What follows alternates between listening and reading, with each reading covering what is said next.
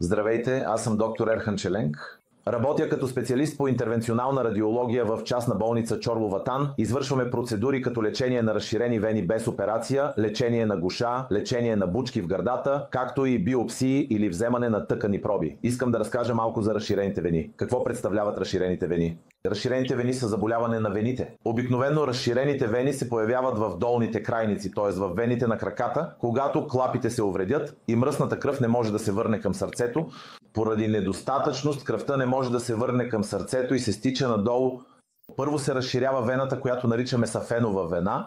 След това тази вена вече не е достатъчна и води до нови вени, които наричаме разширени. Това причинява появата на вени, видими отвън. Първо, това създава естетически притеснения. Второ, може да причини болка и подуване.